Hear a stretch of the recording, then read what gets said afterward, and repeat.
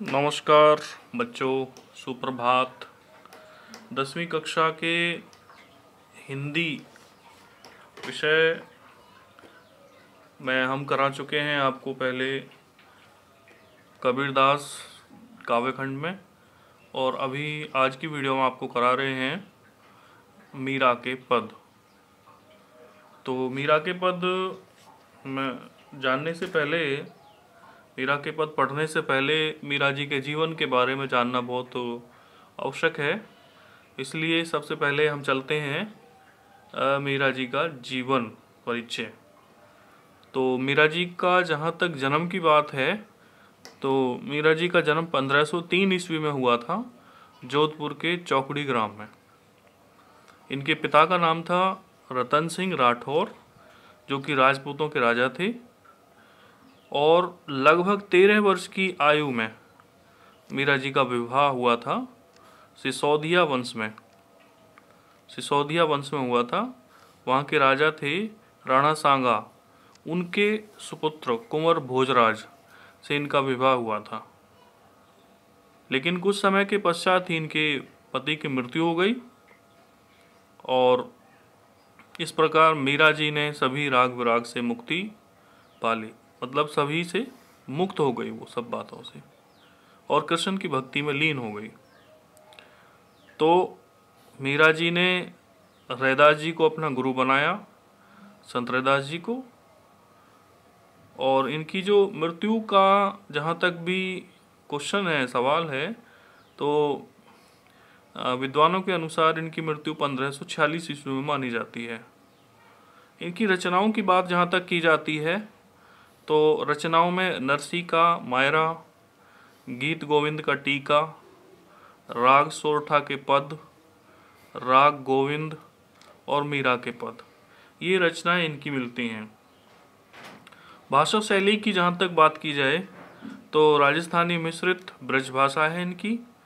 खड़ी बोली, गुजराती, पंजाबी आदि का जो प्रमुख प्रभाव मिलता है। रस कौन कौन से प्रयोग किए इन्होंने कविताओं में? भक्ति रस, श्रृंगार रस, शांत रस और करुण रस, ये रस इन्होंने अपनी कविताओं में प्रयोग किए हैं। छंद, छंद कौन कौन से इनके मनपसंद छंद जो रहे हैं इनके अपनी कविताओं में इन्होंने प्रयोग किया है, वो है पद छंद। मीरा के पद लिखे हैं तो पद छंद का प्रयोग हुआ है, और सोरठा छंद का इसमें प्रयोग किया है इन्होंने। और अलंकार कौन कौन से प्रयोग हुए हैं? अनुप्रास अलंकार, रूपक अलंकार, दृष्टांत अलंकार और पुनरुक्ति प्रकाश अलंकार। इन अलंकारों का इन्होंने अपनी कविताओं में ज़्यादातर प्रयोग किया है। तो 10वीं कक्षा में पहला जो पद है मीरा जी का, वो हम पढ़ रहे हैं। पहला पद है, हरि आप हरो जनरी भीर, द्रौपदी लाज राखी आप बढ़ायो चीर, भगत कारण रूप नरहरि धर्यो आप शरीर, बूढ़ तो गजराज राख्यो काटी कुंजर पीर, दासी मीरा लाल गिरधर हरो मारी भीर। ठीक है, अब आप देखिए, हरि मनी कृष्ण जी, हरि कहा है कृष्ण जी को, हरो मतलब दूर करो, जनरी मतलब जनता की, भीर मतलब विपत्ति। ठीक है, आप बढ़ायो चीर, चीर मतलब वस्त्र बढ़ाया था, भगत कारण रूप नरहरि, नरहरि मतलब नरसिंह रूप में भगवान प्रकट हुए थे, धर्यो मतलब धारण करते हैं, बूढ़ तो मतलब डूबता हुआ, गजराज मतलब एक हाथी, काटी कुंजर पीर, कुंजर भी हाथी को कहा है, पीर माने पीड़ा, पीड़ा मतलब दर्द, दासी मीरा लाल गिरधर हरो मारी भीर, भीर मतलब विपत्ति। ठीक है, ये इसके कुछ मीनिंग्स, वर्ड मीनिंग्स का प्रयोग यहाँ पे हुआ है। तो जो इसमें किस प्रकार से व्याख्या की है वो देखिए। मीरा अपने प्रभु श्री कृष्ण से प्रार्थना करती हैं कि हे श्री कृष्ण, आप कृपा करके भक्तजनों पर आई विपत्ति को दूर करते हैं। हस्तिनापुर की भरी राजसभा में जब कौरवों द्वारा द्रौपदी का वस्त्र हरण करके अपमानित किया जा रहा था, तब आपने द्रौपदी के वस्त्रों को बढ़ाकर उसकी मर्यादा और सम्मान की रक्षा की थी।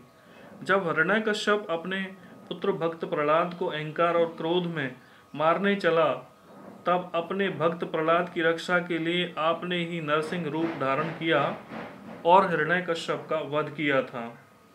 आप तो अपने उस भक्त गजराज को भी करुण पुकार सुनकर दौड़े चले आए, जो सरोवर में एक मगरमच्छ से युद्ध करते हुए डूबता जा रहा था।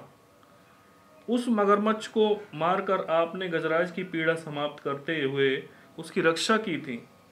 मीरा कहती हैं कि हे मेरे प्रभु श्री कृष्ण, आपकी दासी मीरा प्रार्थना करती है कि जिस तरह आपने सभी भक्तजनों की पीड़ा को दूर करते हुए उनकी रक्षा की है, ठीक उसी प्रकार मुझ पर आए संकटों और पीड़ाओं से मेरी रक्षा करो।